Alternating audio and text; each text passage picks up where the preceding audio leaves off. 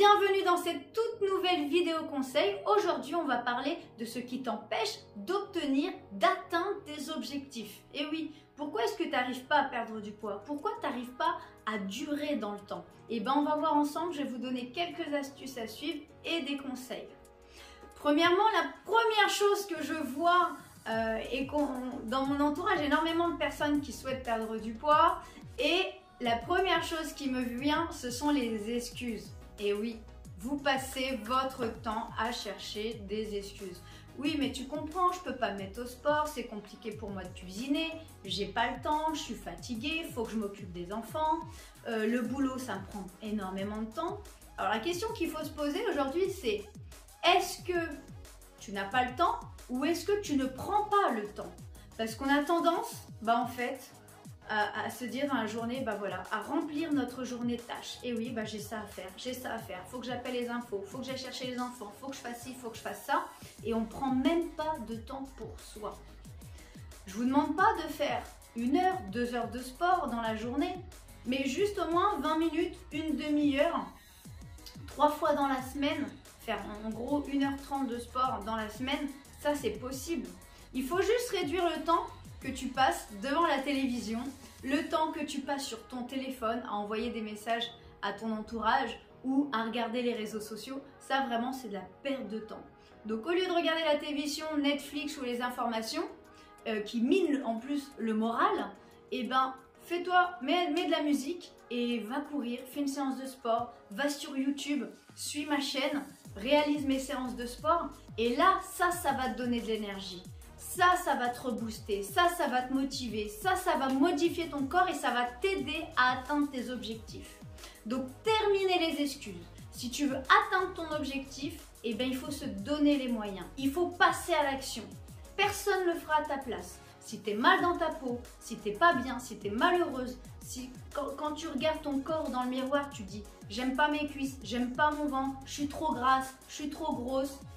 Aussi, quand tu as envie de sortir, c'est aussi compliqué parce que tu veux essayer une robe et tu rentres pas dedans et du coup, ça joue aussi sur ton humeur, ça joue sur ton entourage parce que si t'es pas bien dans ton corps, t'es pas bien moralement, t'es pas bien, t'es pas épanouie, t'es pas heureuse, donc ça se ressent.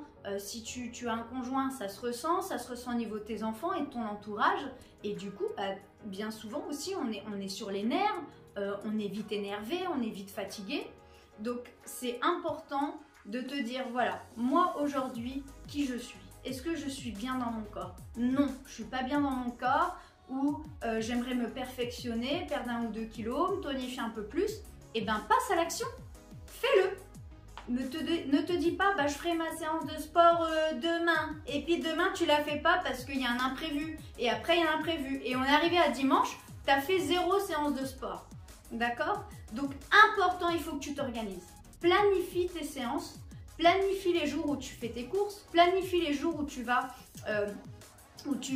faire tes courses, où tu vas préparer tes repas, prépare plusieurs jours à l'avance. Comme ça, au moins, si un jour, tu n'as pas le temps, tu sais que tu as ta gamelle, tu as ton plat qui est prêt à mettre au four et tu n'as pas à grignoter. Pareil, si tu en fais en plus, tu peux très bien congeler aussi des plats ou aller chez Picard, avoir des choses saines, en tout cas à faire rapidement en cas de besoin. Pareil, tu as tes séances de sport, si tu sais que c'est le lundi et le jeudi que tu as ta séance YouTube avec moi, tu notes que le lundi et jeudi, c'est ta séance. Tu réponds pas aux coups de fil, si on t'appelle, tu réponds pas, tu t'allumes pas la télé, tu rentres chez toi, tu fais ta séance de sport, tu te motives. En fait, il faut même pas que tu te poses la question, ça doit être voilà, lundi, jeudi, j'ai ma séance de sport, point barre. Je suis fatiguée, tant pis, je fais. J'ai pas le temps, je fais quand même. Parce que travailler aussi à fond, c'est bien, mais prendre du temps pour soi aussi, c'est important. Et puis, ça joue sur vos performances. C'est pas en travaillant de 8h à 22h que vous allez être plus performant. Au contraire, de prendre 1 heure pour couper, pour récupérer et ensuite retourner au boulot, là, vous allez être plus performant. D'accord? Que ce soit avec le travail ou même avec votre entourage. Si vous ne prenez pas de temps pour vous, vous ne prenez pas soin de vous, ça se ressent aussi donc, dans votre entourage. Donc forcément, vous êtes moins efficace, plus fatigué, plus sur les nerfs. Donc c'est important. Arrêtez de vous trouver des excuses tout le monde en a. Si à un moment donné, tu as envie d'atteindre un objectif, tu as envie de perdre 20 kg, 10 kg, 30 kg ou 2 kg, et ben passe à l'action. Fais du sport, alimente-toi correctement et ça va venir. Et en plus de ça, le sport va te faire un bien fou puisqu'il diminue le stress, il diminue l'anxiété, il diminue les douleurs de dos, il diminue la dépression. On se sent mieux, on dort mieux. En fait, tu te sens mieux tout simplement. Et quand tu rentres chez toi après une séance de sport ou autre, bah, tu es plus souriante, tu es plus apaisée, tu te sens mieux. Et aussi pour tout ce qui est maladies cardiovasculaires, etc. Ça diminue aussi le diabète, le cholestérol, enfin énormément de choses, c'est que du positif, donc faites du sport. T'as pas le temps, bah va chercher ton pain à pied, va marcher un quart d'heure, fais une petite rando le dimanche matin, va à la piscine, fais du vélo avec tes enfants. Souvent on me dit oui mais j'ai pas le temps, il faut que je m'occupe des enfants. Bah fais du sport avec tes enfants, emmène-les à la piscine, emmène-les faire du rouleur, de la trottinette, emmène-les faire du vélo. Voilà, il n'y a aucune excuse valable pour moi. Ok, il faut se bouger, il faut s'en donner les moyens. Tu travailles à 500 mètres, 1 km, prends ton vélo, vas-y à pied, tu pars plus tôt. D'accord? Donc ça, c'est hyper important. Aussi, la chose qui t'empêche aussi d'avancer, c'est la confiance en soi. Bah, bien souvent, quand on se sent mal dans son corps, eh bien, bah, on a un manque de confiance en soi. Et du coup, qu'est-ce qu'on se dit? Je ne suis pas capable d'y arriver. Je ne vais pas y arriver. Oh, c'est impossible, mais je ne peux pas faire 20 kilos. C'est impossible, c'est au-delà de mes capacités. Eh bien, c'est faux, tu te trompes. Et il faut arrêter de donner des mauvaises informations à ton cerveau parce qu'effectivement, tu finis par le croire et tu finis par avoir de moins en moins confiance en toi. Il faut savoir que la confiance en soi, on ne l'a pas dès la naissance. Elle s'acquiert au fur et à mesure des années, de ton apprentissage, que ce soit ton apprentissage aussi à l'école ou avec tes parents qui t'ont élevé, avec ton entourage. C'est comme ça que tu apprends à avoir confiance en toi. Par exemple, si tu as été élevé dans un environnement où ta famille te booste, oui c'est formidable, bravo, tu as des bonnes notes, super. T'as un 10 sur 20, ah c'est pas grave, mais tu vas faire mieux. Ah super, allez fonce, tu vas y arriver. Bah là forcément, tu auras confiance en toi. Par contre, si tu es élevé dans un environnement plutôt négatif, où ah c'est pas bien, non fais pas ça, ah t'es moche, ah non, ah fais pas ça, ah mais non c'est pas pour toi, mais t'as vu comment t'es. Là effectivement, on perd confiance en soi ou on n'a pas du tout confiance en soi parce qu'on a aussi un environnement assez toxique. Et donc je rebondis là-dessus, il est important d'avoir un environnement familial ou amical qui est bon pour toi. Tout ce qui est amis toxiques, il faut vraiment supprimer. Alors tu vas me dire, mais c'est quoi le lien avec la perte de poids? Bah tout simplement, si tu n'as pas confiance en toi, si tu vis avec des personnes, si tu es en lien avec des personnes qui te rabaissent sans arrêt, qui te disent bah tu vas encore essayer un régime, tu vas pas y arriver comme d'habitude. Bah voilà, si tu as ce genre de réflexion, ce genre de phrase dans ton quotidien, ton cerveau l'enregistre et effectivement, tu vas baisser les bras. Donc, très important de s'entourer de bonnes personnes, des amis. T'as un coup de mou, parce que forcément, la vie est faite de haut et de bas, c'est comme ça, c'est pas autrement. Et bien, les jours où il y a des bas, il faut que tu sois en confiance avec une personne ou plusieurs personnes pour que ces personnes-là, justement, te boostent, te surélèvent, vraiment te donnent toute l'énergie dont tu as besoin pour dire « Ah oui, mais ils ont raison, je suis capable de le faire, je vais y arriver. Elle a réussi. Elle aussi, elle a réussi, mais pourquoi moi je pourrais pas le faire? Mais elles ont raison. » Et là, ça te rebooste. Donc, important, avoir un entourage positif, d'accord? D'être avec des gens qui vous donnent de l'énergie, qui vous donnent de la force. Et bien souvent, vous vous donnez des objectifs trop élevés. C'est-à-dire que vous avez du poids à perdre, 20, 30, 40, 60 kilos. Ça fait combien de temps que ces kilos sont installés et en claquement de doigts, vous avez envie qu'ils disparaissent. Et du coup, qu'est-ce que vous faites? Bah, une pub à la télé ou une pub qui arrive sur le téléphone ou des médicaments. Ah, c'est super, tiens, des brûleurs de graisse, etc. Ah, c'est bien, des cachets. Ou tiens, je vais recevoir des plats déjà tout préparés. Bah oui, ok, mais dès que tu arrêtes ces cachets, dès que tu arrêtes ton régime, qu'est-ce qui se passe? Bah, tu remanges comme avant et du coup, tu reprends tout, voire le double. Et nous, c'est pas ce qu'on veut ici. dans ce groupe, dans le groupe Combat tes kilos, dans le challenge 21 jours, on veut perdre tranquillement du poids et le but vraiment c'est de perdre du poids durablement avec du sport et un rééquilibrage alimentaire. Pas de frustration. Bien souvent dans les commentaires j'ai lu « Ah j'ai fait des écarts ce week-end, du coup c'est foutu ». Non en fait. Quand tu es invité, admettons, tu sais que le samedi, tu es invité, tu as une soirée, tu as un anniversaire, et bien toute la semaine, tu fais hyper attention, tu fais du sport. Tu sais que le samedi soir, donc tu es invité, tu fais un peu de sport, soit le samedi avant ta soirée, ou le dimanche matin, et tu sais que les jours qui suivent, ou les jours avant ton invitation ou ta soirée, bah, tu sais que tu fais hyper attention. Et comme ça, tu ne prendras pas de poids en fait. C'est juste un équilibre à avoir, d'accord? Donc important d'avoir des objectifs réalistes. Tu as envie de perdre 20 kilos, bah ok, dis-toi, bon allez, je me donne un an. Si c'est avant, si je perds 20 kilos avant en 6 mois ou en 8 mois, tant mieux, d'accord? Mais si vous dites, voilà, moi je veux perdre 20 kilos, il faut que là c'est bientôt l'été, il faut que dans 4 mois j'ai perdu mes 20 kilos. T'imagines? Bah, tu vas voir que le premier mois tu vas perdre bon, 2-3 kilos. Bah, ou 4 kilos peut-être, mais tu vas te dire ah mais c'est passé, alors que 4 kilos en un mois c'est vraiment super. Donc qu'est-ce que tu vas faire? Tu vas te démotiver et du coup tu vas tout arrêter, tu vas reprendre tes mauvaises habitudes et tu vas repartir dans un cycle qui est pas très bon et du coup démotivé, pas bien, en négative, etc. Je vais pas y arriver, manque de confiance en soi. Donc vaut mieux perdre petit à petit et dire bah dans un an, ah ouais, le chemin que j'ai parcouru, j'ai perdu 20 kilos, que de se dire allez, je fais un régime, une restriction, je perds tout, je reprends tout, je fais l'effet yo-yo et dans un an, bah, tu seras au même point. Donc vaut mieux perdre du poids tranquillement, soyez patiente, soyez pas indulgente avec vous. Des fois je vois oh j'ai perdu 500 grammes, bah, c'est super 500 grammes en une semaine, puisque si tu n'avais rien fait, bah, tu n'aurais rien perdu.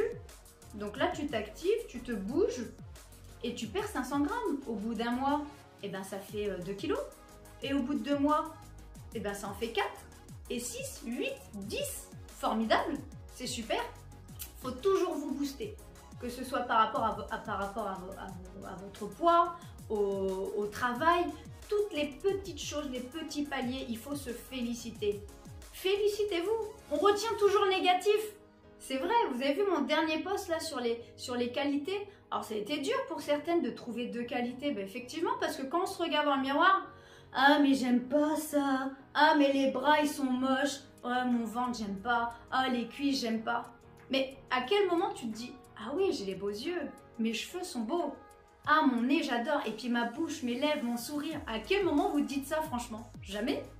Donc maintenant il faut changer un petit peu aussi son état d'esprit, se dire voilà, je me regarde dans le miroir, je suis comme ça, bah, de toute façon si je viens de perdre du poids, bah, je me bouge et en attendant, bah, j'ai quand même des qualités, d'accord? Ça c'est hyper important et soyez patiente, vraiment.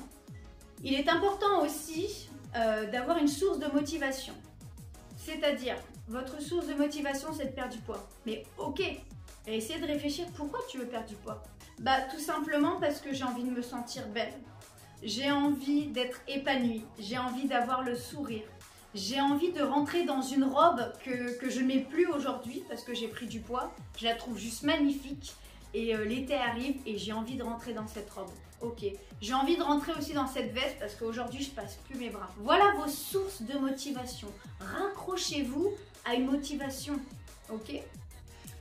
Ou même à une photo, par exemple si vous avez une photo de vous il y a 1 an, 2 ans, 10 ans, que vous adorez, vous vous trouvez belle, vous vous trouvez épanouie, vous vous trouvez avec le sourire et vous adorez votre tenue sur cette photo, eh bien prenez cette photo-là, vous la collez dans un placard ou dans votre téléphone et vous la regardez quand vous avez les coups de mou, dire ah oui, non, je referme le placard à gâteau, je ne vais pas prendre de gâteau.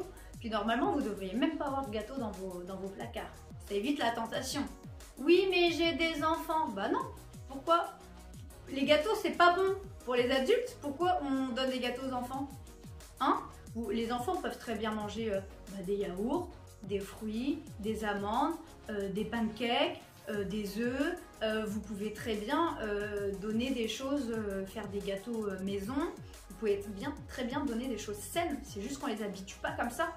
On leur donne des gâteaux alors qu'on sait que c'est bourré de glucides, que c'est pas bon pour les adultes. Mais ce qui est pas bon pour les adultes n'est pas bon non plus pour les enfants. D'accord? Dernière chose aussi, une petite astuce pour que vous puissiez rester motivé, vous pouvez faire et pratiquer la visualisation.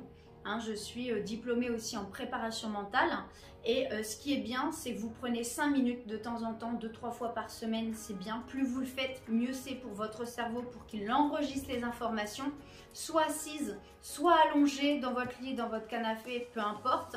Et par exemple, avant de dormir, ce que vous pouvez faire, c'est fermer les yeux et dire voilà. Moi aujourd'hui j'ai 20 kilos à perdre, j'aime pas mon corps, ok, ça c'est checké, on le sait. Voilà, et il faut vous imaginer, lorsque vous aurez perdu 20 kilos, vous dire bah ok, là je veux perdre 20 kilos, ah ouais, je me trouve canon, je me trouve canon. Et ouais, et vous faites tous les détails de votre corps, vous faites tout. Ah, mes cheveux, ils sont beaux. Ah, je trouve que je prends... Voilà, je sais... Ah, je prends plus soin de moi. Je suis maquillée, je suis coiffée. Ah, on voit à mon sourire que je suis épanouie, je suis heureuse parce que j'ai perdu du poids. Oh, mes bras sont plus fins, commencent à être dessinés. Et j'ai remis cette robe que j'adorais. Et ben, je la mets là. Je rentre dedans et elle me va hyper bien. Donc, envoyez des ondes positives à votre cerveau. D'accord? Très important. Et visualisez qui vous avez envie d'être. Plus vous allez visualiser cette personne, plus vous allez arriver à atteindre cette personne. Ok? Faites-le vraiment. Hein. C'est un exercice de... Oh ouais, mais non, faites-le. Si vous voulez rester motivé et atteindre vos objectifs, faites-le. C'est hyper important. N'hésitez pas à me faire des retours. Donc j'espère que ces astuces et cette vidéo vous a boosté. En tout cas, on lâche rien. Donnez-vous à 200%. N'hésitez pas à laisser des commentaires en dessous de ma vidéo YouTube. N'hésitez pas si vous avez des questions. Je suis là pour vous. Boostez-vous, motivez-vous.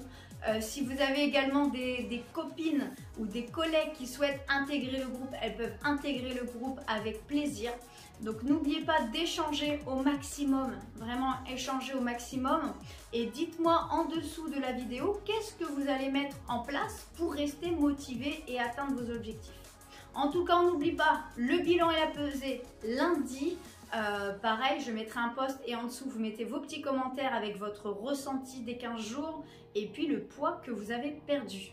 En tout cas, je vous fais plein de bisous et je vous dis à bientôt et puis à jeudi pour une nouvelle vidéo YouTube. Ciao!